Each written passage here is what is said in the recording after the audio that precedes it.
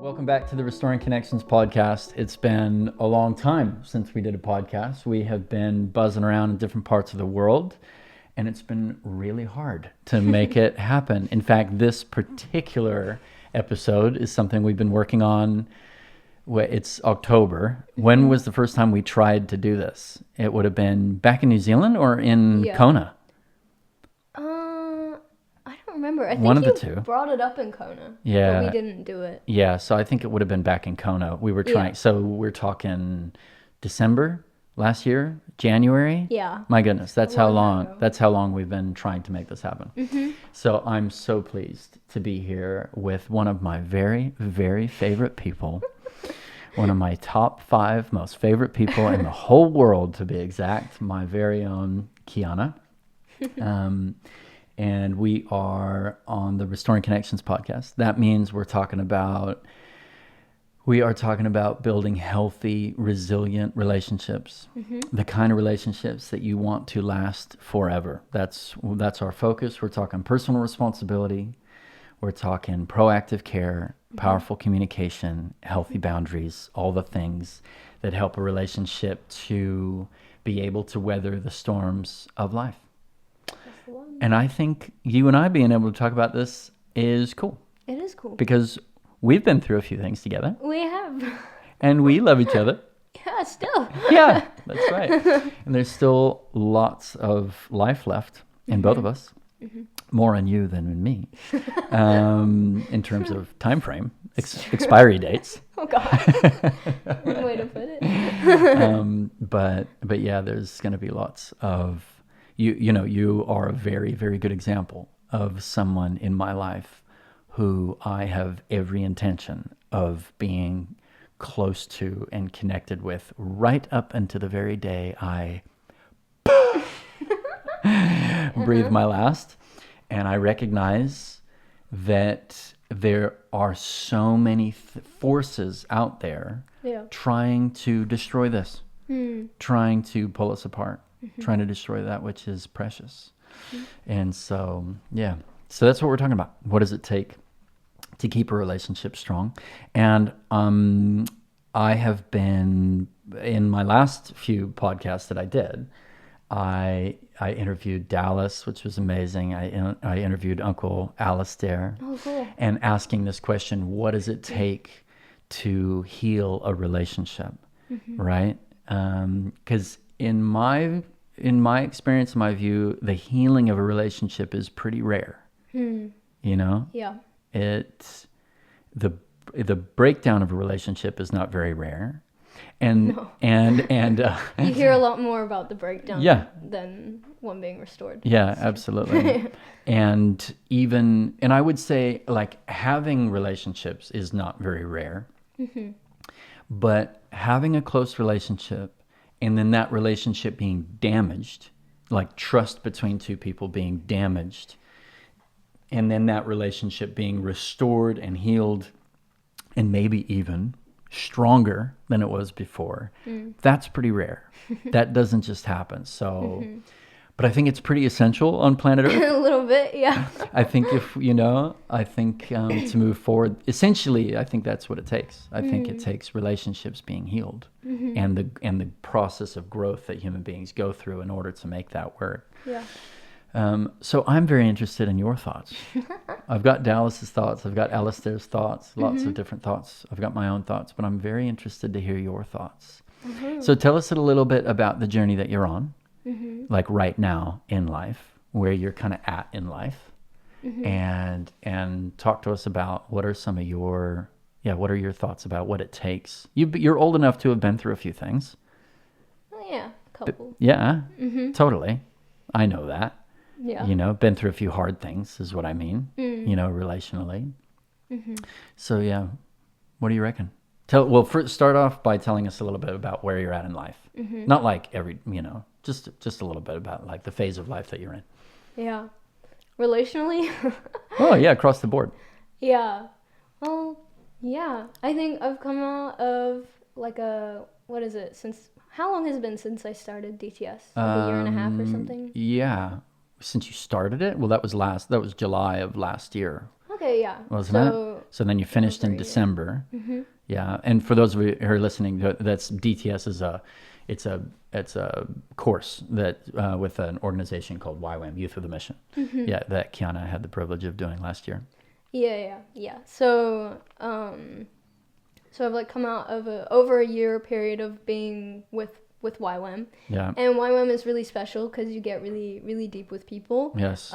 Strong community. Yeah. It's like just add water, community. Yeah, pretty much. Yeah. Yeah. And that's definitely what I experienced during my DTS. Was like, yeah, just very, very deep connection, like almost right away. Yeah. That I hadn't actually experienced before, like that depth of friendship or relationship before. So that was really amazing to me. And then that's the thing though about YWAM is then you leave. Indeed. So that was really hard for me to go through at the time.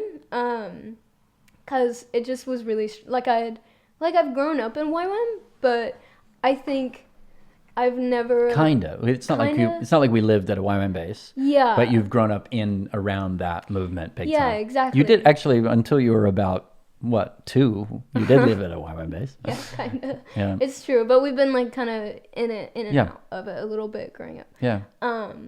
Yeah, and so I think like even in that I had never like experienced like a very deep friendship in that. I think even because we would move around a lot, quite transient. Yeah, so totally. I never really had the courage to go there, maybe because I knew we would leave or something like that. Yeah, that makes sense. Yeah, and so I think this DTS was DTS was pretty life-changing because I experienced like that depth of friendship for the first time. And then I left, and that was a really hard period because I just felt like I don't know who I am really without these people or anything like those thoughts. And then kind of went into a few months earlier this year after DTS of being back in New Zealand and living alone, and that was hard as well because there was not much community there. Yeah. Can I pause on that for a second? Yeah. Okay, we're back in New Zealand, just so put a little pin on that. Mm-hmm. When we think of like, I don't know, I didn't, or how did you put it? There was a period there where it's like, I'm not sure who I am. Yeah. It's interesting that because our culture, I say our, whatever culture, our typical modern Western culture, I guess you could put it, our Anglophone culture, for you and I particularly, we have such a value for independence that can seem like that statement can be kind of that can be seen as a weakness. I don't know who I am outside of these relationships.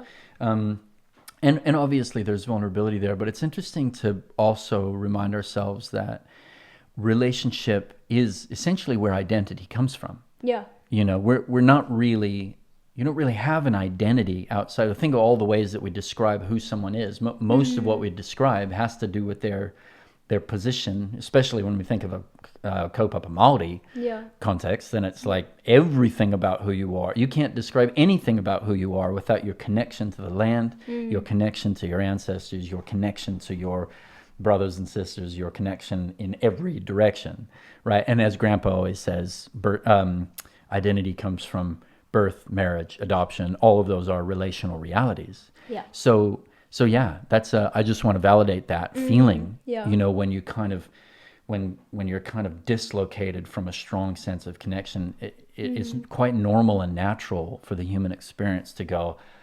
like, who am I? Outside of these relationships. There's some relationships are kind of permanent, but other ones are very, very important, and they get kind of dislocated, and so it's tough. It's tough on the sense of personal identity. Yeah. That's definitely something that I was going through, but at that time. So makes a lot of sense. Yeah. So that obviously because of that was a really hard season. Yeah. Coming out of that, and it was a lot harder, and I think for the exact reason that you're saying than I realized it would be. Sure. Because of that whole identity crisis, I suppose. Yeah, for sure. And just loss of connection. And because you're back in New Zealand working, and even your family isn't there. We at that point are here, right? or we're like in Canada or something like that. Yeah. So you're back there, forging your path, and for sure. Yeah, it was really hard, to be honest. I felt just like super. Yeah, it was just so strange to go out of. So I did DTS in that whole community, and then right after that spent the Christmas and stuff with you and Mom and the family, and that was really special as well. And then in New Zealand, it was very weird season. But I think I grew a lot closer to God in that season, to be honest, because I just was kind of crying out to him almost every day, just what am I doing here? What is going on? Yeah, for sure. So yeah, it was. Looking back, I can see now how it was important, but I also am so grateful I'm not there. Yes. Yeah.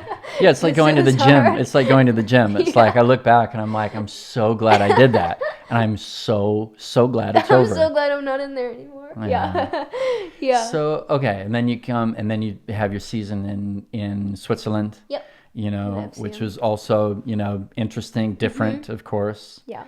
And so I want to sort of zero in on the topic that we're looking at today, where one of the things that you and I tend to talk quite a lot about is the issue of belief in particular, because I think something that you and I tend to have in common is that we can kind of somewhat comfortably find ourselves in the common ground area, like put us in a community, and you put like a certain type of person, is a little bit more like black and white binary, like you put them in a community and they're gonna this is the side of this community that I'm on or whatever. You and I strong belief. A strong sense of belief. You and I tend to have a very strong sense of belief about the belief about harmony and the ability to sure, there's those convictions we tend to sort of, they're in there. Yeah. But, we don't tend to wear them on our sleeve. Yeah. Yeah. Right. And so, but something you and I have wrestled with a lot together is this thing of, how does a relationship, how does a relationship work when you've got two people who have such polar opposite, when you can't just sort of hide that or put that to the side in order to just sort of make a friendship work. Push comes to shove, and it's like, I just think that's wrong. Just disagree. I just really disagree. Yeah. And I love you. And how do we sort of, how intimate of a relationship can you have? But in particular, talk to me about that, and broadly, what are your thoughts on this particular question? When a relationship really gets hammered, through what? Through disappointment, right? Yeah. Somebody does something that the other person is like, I really wish you didn't just do that. Something you've done something. Now I feel I feel bummed. I feel my needs aren't being met in this connection. I'm hurting. How do we recover from that? What do you think it takes? Go. Go. Anything. Just where does your mind go? Yeah, that's a good question. Well, I think over FCM we learned a lot about this stuff. I mean, we had a whole section earlier in the school about confronting and how important that is. And I think your favorite is the worst thing ever. I was sitting there taking notes, and I was like, this is really good stuff. I don't know if I'm ever going to use it because it's so scary. But I do think... Yeah, not because you don't think it's necessary, but just because it's scary. Exactly. It's hard. Yeah, it's really hard. And I think, though, looking back on my past relationships, I see how that particular area has been such a struggle for me to have the courage to confront and to be honest about how I'm feeling, if I'm hurt or something like that. And I'm the more I think about it, the more I realize that is such a vital part of a relationship. It's like that I feel like it's almost that ability to fight.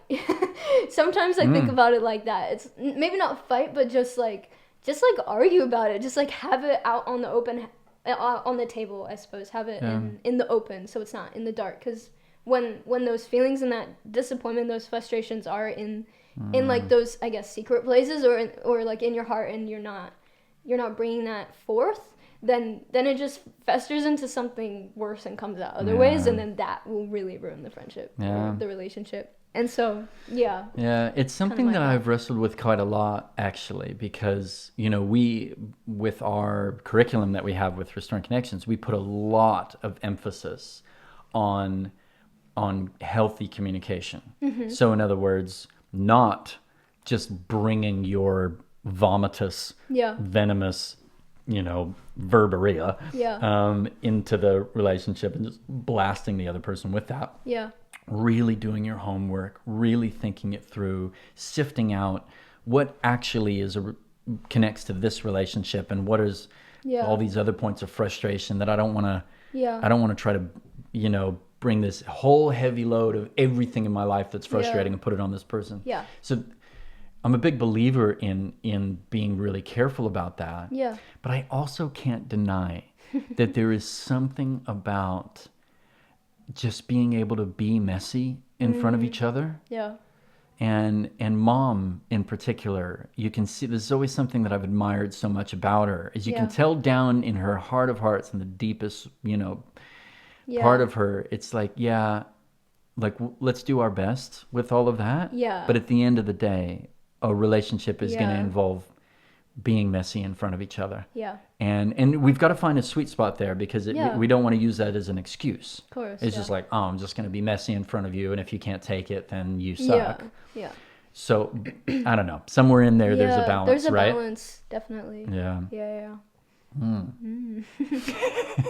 But you would probably be the kind of person that's like, okay, I'm messy, so I just won't say anything. Yeah. Right? Would that be right? Yeah. I definitely in those moments my tendency is to just shut down and not the last thing I want to do is bring my mess to where they can see it. Yeah. Cuz that's scary. You don't know what they're going to think about that mess or how they're going to react to that mess or anything like that. So, it's definitely my go-to is to just, I guess the belief in that is I don't trust you. I don't or not something like that. Yeah, well, yeah. I'm not, you'll leave me or something like that. Yeah. And that sits below though, right? That's probably up in your head. Well, if you're anything like me, pretty similar. Probably.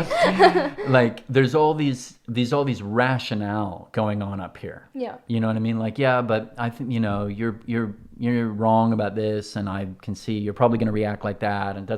We sort of rationalize all these reasons, but down deep, you've just cut straight through the layers there. Yeah. Which I'd like to think, we've. Maybe been a part of helping you being able to, it's huge for me because I wasn't able to do that until I was probably in my mid 30s, and you're doing that at 19, which is pretty cool. But just to cut straight down deep, it's like, actually, this has to do with the fact that I don't trust you and I'm scared, of how you'll react. And, if I was to really show up. If my totally authentic self was to really show up here, I don't know how that would go. Yeah. And it's this thing, isn't it? To go after healthy relationship, you kind of have to risk no relationship, because that is always a possibility. Yeah. Bringing up what you're really going through, it might end the relationship. Yeah. And that's a risk you take. Yeah. Right? Yeah. Yeah, absolutely. Okay, yeah. So truth-telling, a big, truth-telling. In terms of what does it take to heal a relationship, truth-telling. What else? What else comes to mind for you?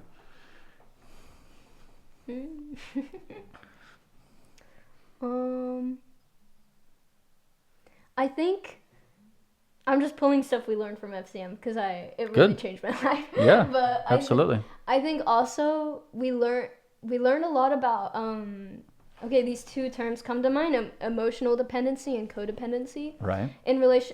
Well, I guess we can say in friendship because that's kind of the topic. But with codependency, that's where you are dependent on people needing you, if that makes sense. Yep. So like you find your acceptance when people need you. Yeah, and then emotional dependency is when you're on the other side of that. So you're the one that needs them for your emotional stability. Okay. To feel okay, you need them. You're leaning on them. Okay. Yeah. Yeah. That's so we learned a lot about that, and that was during our attachments week or something like that, and that was just so mind blowing for me because I could just see like how in most of my past friendships or relationships in the last maybe 3 or 4 years, like there's been those things in each one of them. Yeah, it was just like so mind blowing. I was just like, okay, that's why it didn't end up well, or those friendships just failed. That's where the strain was coming through. And it's important to recognize that's not that's not necessarily the sign of those dynamics are creeping at the door of every relationship. Yeah. You know what I mean? It's not like, oh wow, you had friendships that were, it's like, yes, we all do those dynamics. I mean, Mom and I adore each other. We've been married for, a billion years. And those dynamics are creeping at the door of our relationship every single day. It's a reality. Yeah. Yeah. It's so true. Yeah. Yeah. I think. So how do you combat that? Yeah. So what we learned and what I kind of realized is in that, like, if you need people to feel like you can love yourself. Yes. Does that make sense? Like if you're constantly looking for your acceptance and your self-worth in your friendships, obviously you find some of that in your friendships. Yeah. Like there's a healthy degree of that, like your identity is, like you were saying earlier, like your relationships are vital to who you are. Yeah. Right? But when it goes unhealthy, when it goes, I guess, too far, like when you're looking for maybe your like entire self-worth, like in a person, then I think that's when it goes wrong. Yeah. And I think like learning how to be okay with who you are at the end of the day, even if there's no one around you, or just like when you're alone, like learning to be alone, learning to be okay with who you are as a person in yourself. I think that it's from there. And like for me, that was just feeling loved by God, like feeling affirmed by God in my identity and who I am. Yeah. And from there, you can love other people for who they are. You don't need something from them, if that makes sense. It absolutely makes sense. What's going through my mind as you're talking is this dynamic that we form a relationship, a friendship gets formed, a bond gets formed. Yeah. And there are a whole bunch of dynamics just start to emerge around that relationship. Patterns start to emerge around that relationship, within that relationship, I should say. Yeah. And they're unspoken. Sometimes we identify them. Yeah. We love to Netflix and chill. I don't know, whatever. Yeah. But, or we always find this kind of thing funny, or we finish. But a lot of them are unspoken. They're these little patterns that become assumptions in how, when I do this, you do that. Like you were telling me about one of these. We won't go into the details, but you were telling me about one of these when we went through for our little walk in the forest the other day, where there was a pattern at lunchtime or mealtime or whatever in this particular relationship, and then you changed. You did something that felt more healthy for you, and the other person was like, and like, oh, that's, wait a minute, like you've shifted the pattern. Yeah. And so that really, what you're talking about there really connects, to this topic of what does it take to heal a relationship. What I'm drawing from what you're saying is because when we grow, right, we shift patterns. That's what it means to grow. I eat healthier than I did last year. I communicate in a more healthy way than I did last year. I take better care. So if for this relationship to get healed, would you say that a necessary element is we have to both embrace a new kind of pattern, like not an entirely new pattern, Some things can come from, maybe we still Netflix and chill. Yeah. Am I saying that right? Yeah, that's right. Yeah. But some things are not, some things are different. Yeah. In the new pattern. Like Mom and I have been through this several times. My closest relationships are the ones that have made it through these periods where we've been able to go, okay, this is going to change.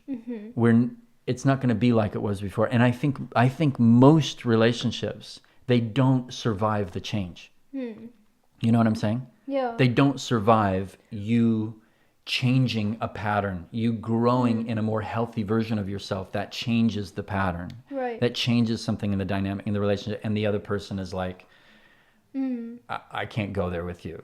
Yeah. So the relationship just falls apart. Right. But for the relationship to get healed, is that landing? Yeah, I think that makes sense. You know what I mean? We have to be able to go, hey, actually, you need to hear the other. Like if you think about in your own journey, the relationships where you've grown, and so if something about you has changed in the way you take care of yourself, what would it take for that from the other person, for that friendship to actually stay close and strong going forward? What would it take from them? Right. Like you're asking me. Yeah, I'm literally asking you. What would they need to do? I don't know. They'd need to be, open to you being a different person to who you were before. Yes. Yeah, and to love you through that. Yeah. Yeah. Microphone drop. I guess. I think that's what it comes down to. Yeah. And a lot of people, and if they can't make that shift, there's no judgment there. But that is what it would take. Yeah. Yeah. It's hard. Yeah, it is hard. Yeah.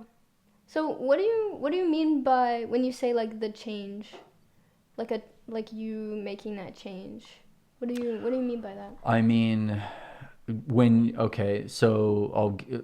whatever change is involved in, here's a great example. Yeah. Let's say you've got a friendship and a lot of the bond is around a mutual disdain for your boss, or a mutual, like you get together and you gossip basically about some other person, right? And so the bond and for a time it totally works. You get together, you talk about how much your parents suck, or you talk about how much your husbands suck, or you talk about how much your wives suck, or you talk about how much this other person or your school sucks, or this is just an example. Yeah, I get that. And at some point you go, I don't want to be on this train anymore. Yeah.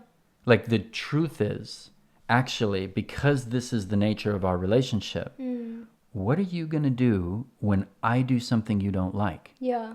And you in your heart of hearts are like, I know exactly what you're going to do. You're going to go bond with someone else and build a relationship with them around how much I suck. Yeah. So you decide, but you can't change the other person. Yeah. But you've got to do some truth telling. Yeah. And that's an example of a change. You know what I mean? And the other person has got to, that's pain. That's an uncomfortable dynamic for the other person. Yeah. Because they might feel like, I don't want that to change. I liked that. Yeah. That was really meeting a need for me. Yeah, like a form of dependency. Yeah. For sure. Yeah. Yeah, like a way to vent your feelings. Yeah. But it's not like it's not a real relationship. It's just, kinda, but. Yeah. It's just a less healthy version of the relationship that what you're wanting to have. Right? Because every relationship is on like a, on a pendulum, on a scale. On a scale, of health, right? Yeah. So what would it say in that example? I think exactly what you said before. That's what it would take from that person. Yeah. That, you know what I mean? Like that would take let's be honest, like that would be really tough. Yeah. Imagine being on the other side of that and the other person being like, what if you don't feel like it's gossip? What if you don't believe it's gossip? In the moment. Yeah. It just feels like normal connecting. Yeah. Maybe you grew up with that. Exactly. That's how you connect with your family. Exactly. Yeah. And you're like, I don't know any other. Yeah. How could that relationship get healed? How could that relationship survive that situation? Yeah. Well, I think it's what you said. It's like the one person who realizes actually this is not okay. Like I actually want to grow above this. I think it takes one of them doing that, right? Like and I think in order to do that, it means that they're somehow something has happened in their life where they're more aware of themselves. Maybe like someone has imparted something on them, or they've just learned something. Yeah. And they want to grow.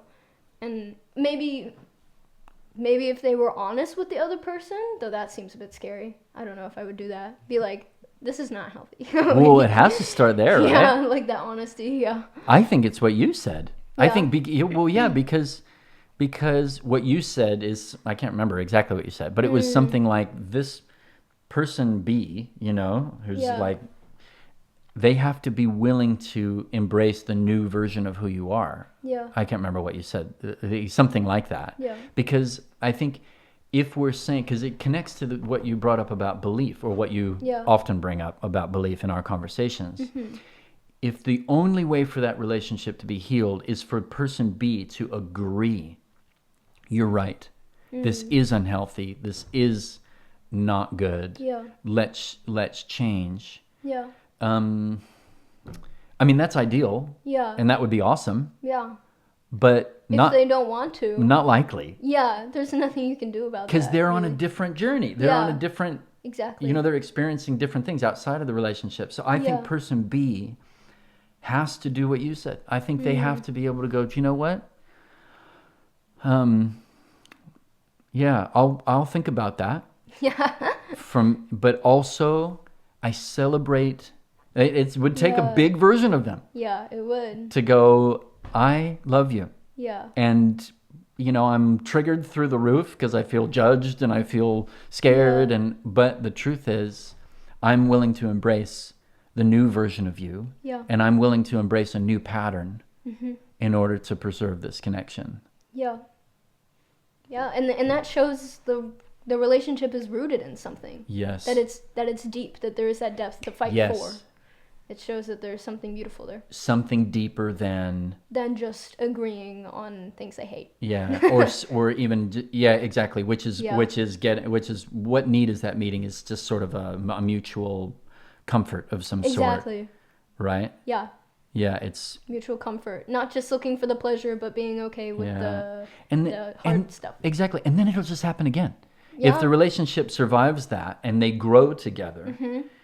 Then it's not like, oh, the relationship was unhealthy, now it's healthy. Mm-hmm. It's like it got a little healthier. Yeah. But we're still human beings on planet Earth. Yeah. It might be the other person's turn next time, or maybe it's always person A's turn because person A is a really growy sort of a person. Maybe. Yeah. They're just always wired that way. Yeah. Whereas person B is just comfortable with it. Maybe. That's just fair. Maybe that's why they enjoy each other so much. Yeah, there you go. Maybe. And so, that for a relationship to heal, we have to be able to do that. Yeah. Yeah. Yeah, it's like crazy if you think like zoom way out and you think about nations, like entire people groups trying to resolve conflict. Maybe we'll leave that one for another episode. All right, that's us for today. Thank you, Keana, for joining us. That was absolutely awesome to get your perspective on these things. And I love you. I love you too. Okay, we'll leave it at that. Thanks, friends. See you next time. We hope you found the conversation and stories on today's podcast helpful and insightful. If you want to go deeper, Restoring Connections offers online courses that cover key topics like personal responsibility, proactive care, powerful communication, and healthy boundaries. Go to www.restoringconnections.nz for more information. This podcast is funded by generous supporters from all over the world. Please consider supporting by going to the Restoring Connections website and hitting the Contribute button. By partnering with us, you're helping to provide mentoring, workshops and training to others who are also restoring their connections.